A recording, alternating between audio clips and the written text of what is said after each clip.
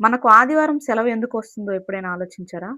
ఈ వీడియోలో భారతదేశంలో కార్మికుల హక్కుల కోసం పోరాడిన నారాయణ్ మేఘాజీ లోఖండే గారి గురించి తెలుసుకుందాం.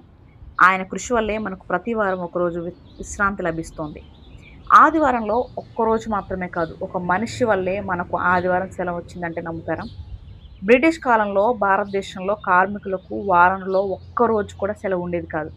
అప్పుడు మహారాష్ట్రలోని గొప్ప స్వాతంత్ర సమరయోధుడు నారాయణ్ మేఘాజీ లోఖండే అనే వ్యక్తి ఈ యొక్క కార్మికుల హక్కుల కోసం పోరాటం ప్రారంభించాడు.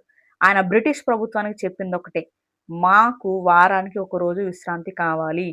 చాలా సంవత్సరాల పోరాటం తర్వాత 1881 నుండి 1889 వరకు ఆయన కృషి ఫలించి దాదాపుగా 8 సంవత్సరాలు పోరాటం చేయగా చివరకు 1889వ సంవత్సరంలో ఆదివారం సెలవు అమల్లోకి వచ్చింది.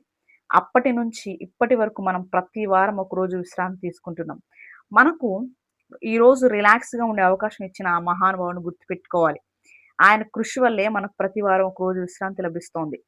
సో, ఇలాంటి ఆసక్తికరమైన ఫ్యాక్ట్స్ కోసం ఈ ఛానెల్‌ని సబ్స్క్రైబ్ చేయండి. మీకు నచ్చినట్లయితే లైక్ చేయండి. మీ ఫ్రెండ్స్ అండ్ ఫ్యామిలీ మెంబర్స్‌కి షేర్ చేయండి. Thanks for watching.